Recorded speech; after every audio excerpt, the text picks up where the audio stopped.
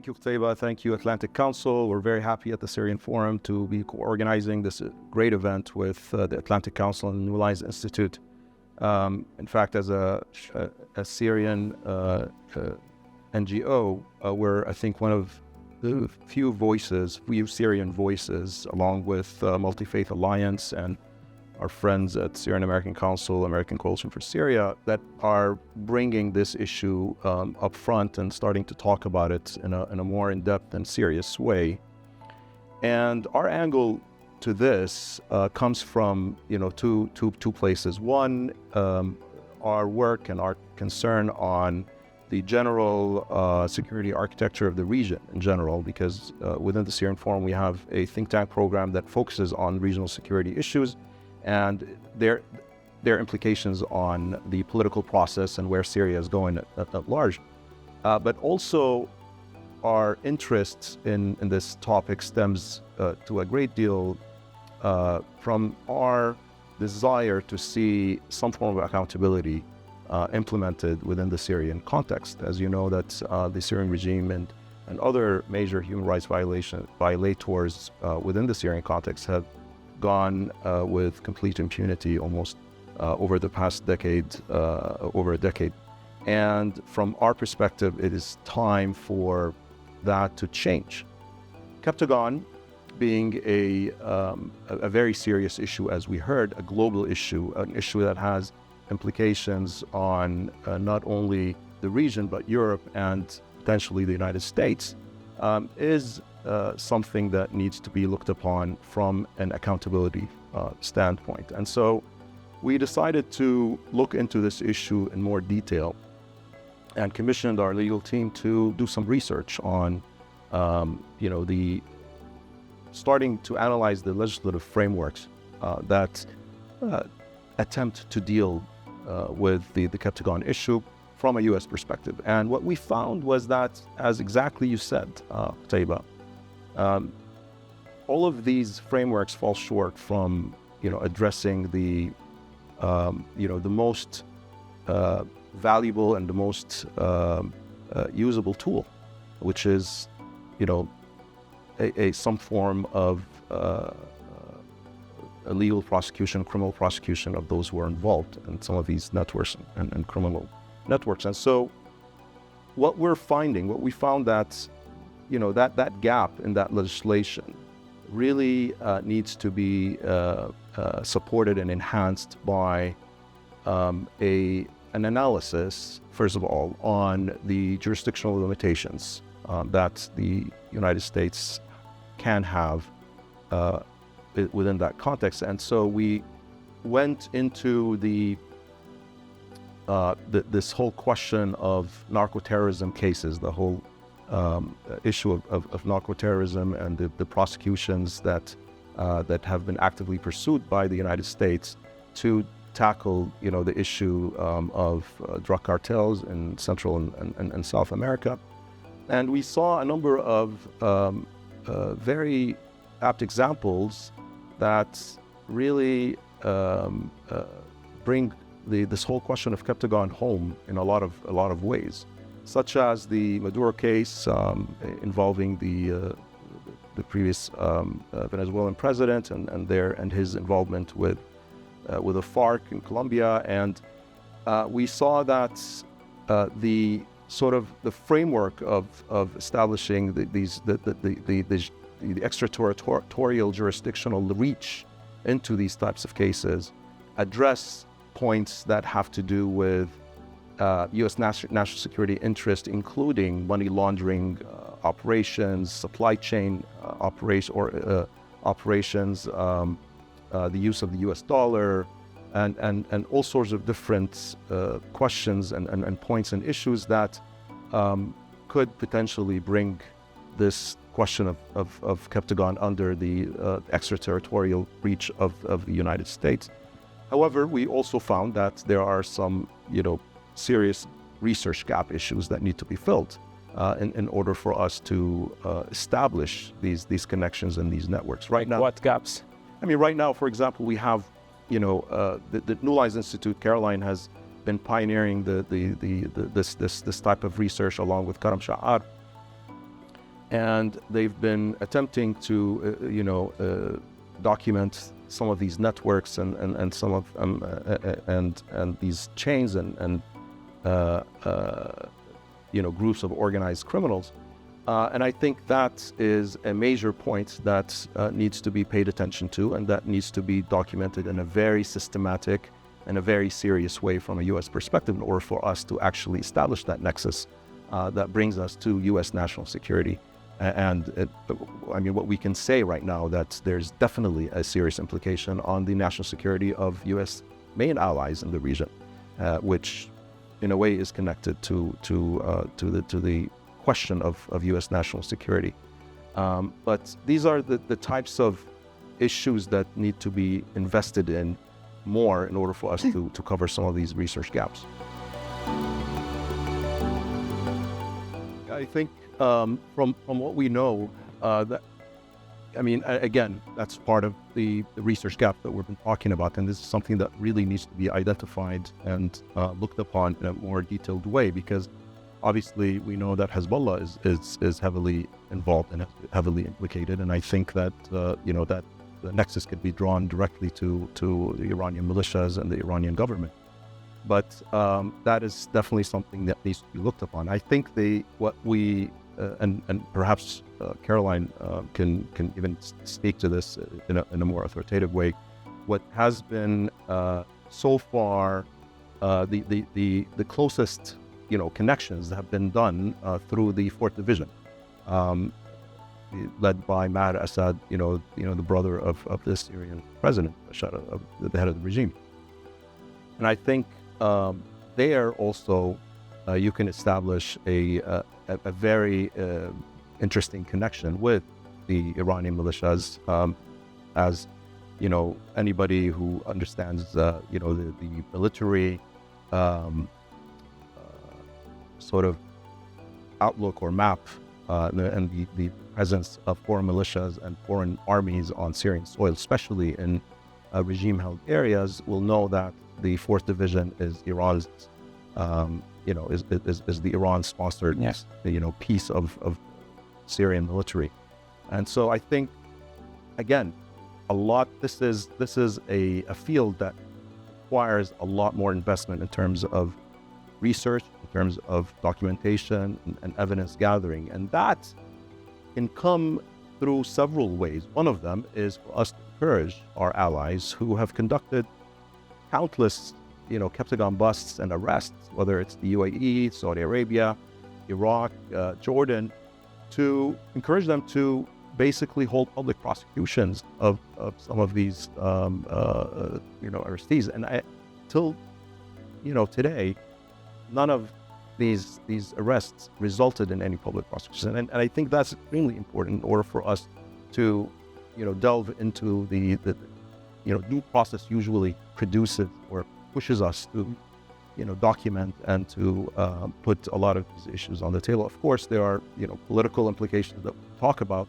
a political scene that has been shifting and that has been changing in terms of how these regional actors are rethinking the whole concept of rapprochement with the Assad regime. And I think that will have serious consequences on them changing their approach on the Captagon question from perhaps a law enforcement one to a serious national security issue that requires them to take immediate action.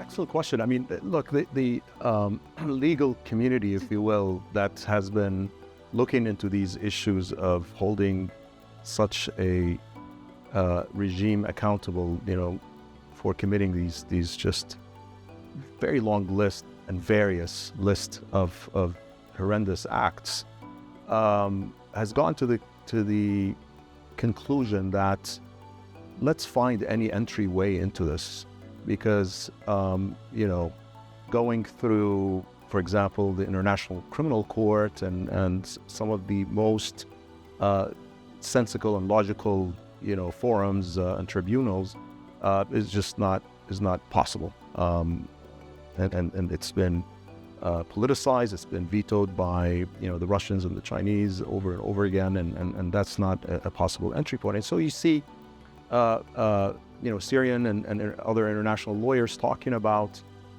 using the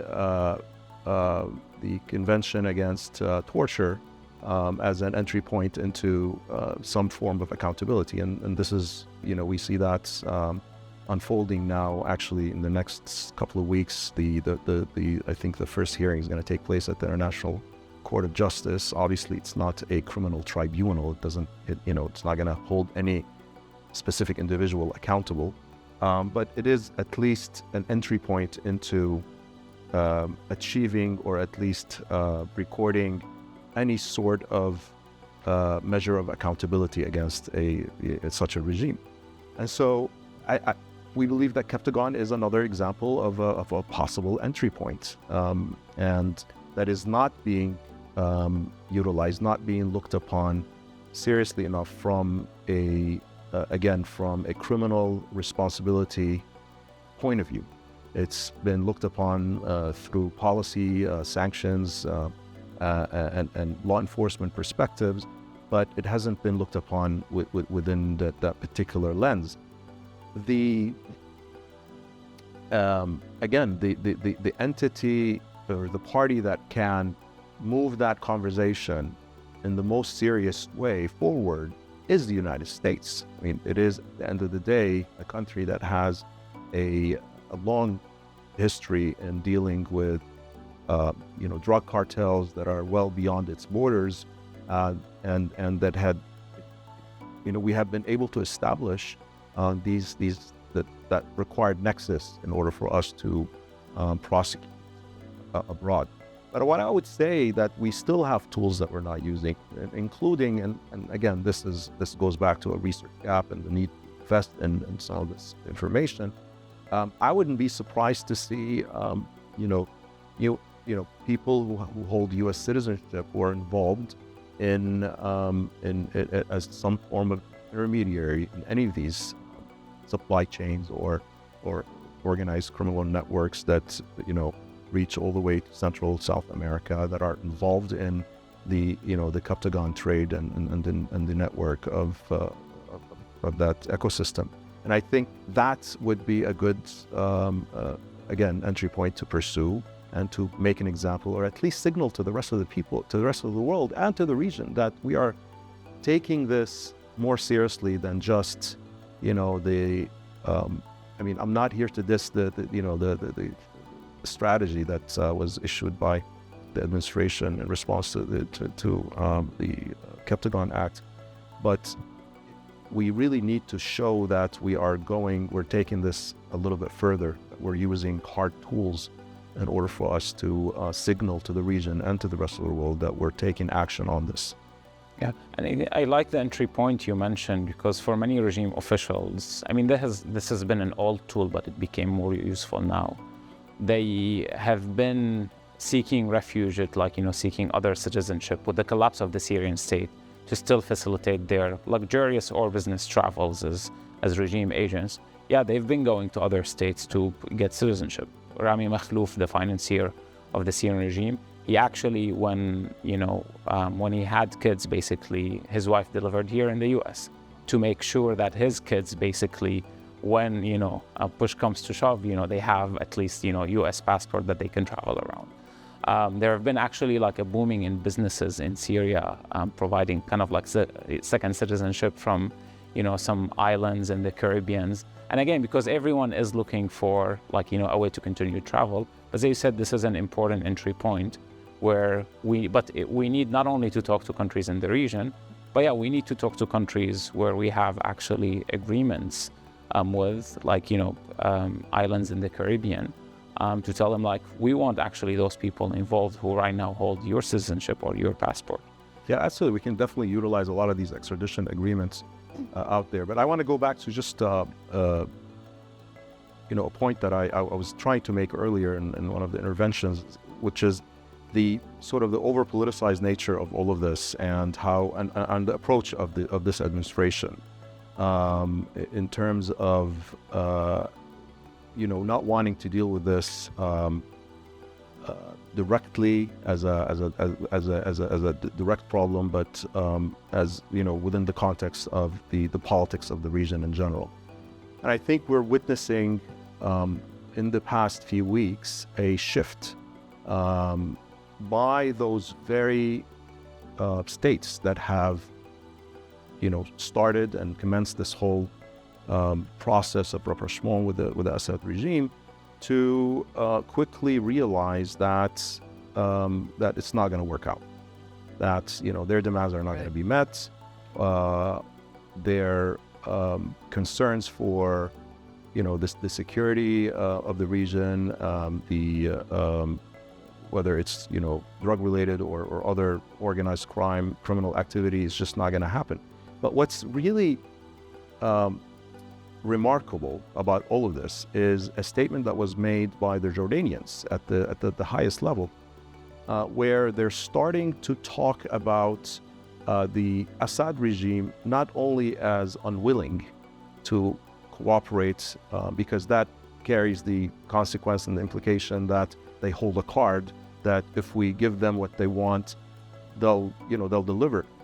They're actually saying that they cannot deliver. They're incapable of delivering. And I think that is a major shift that the U.S. administration has to really heed and pay attention to as a political moment, where we change our approach towards things like the Captagon Crisis in the region. Has it not been worth it? It's just nothing has been delivered, nothing has worked. I mean, they've lost on both counts. And I think what I've heard this said by a policymaker once, or like just not too long ago actually, that unfortunately the Arab League was holding a very important card in terms of leverage on the Assad regime, and it just gave it away for nothing. Their re-entry into the Arab League, and they're just realizing that again, it's not a question of ability, but it's not a question of willingness, but it's a question of ability, which is the more dangerous realization.